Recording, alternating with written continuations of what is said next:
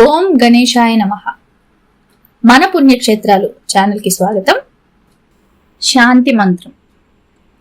ఓం సహనావవతు సహనౌ గుణత్తు సహ వీర్యం కరవావహై తేజస్వినావధీతమస్తు మా విద్విషావహై. ఓం శాంతి శాంతి శాంతి. శాంతి మంత్రం హిందూ మతంలో ఒక ప్రశాంతతను ప్రసాదించే మంత్రం. శాంతి, సామరస్యం, ప్రశాంతత కోసం దీనిని జపిస్తారు.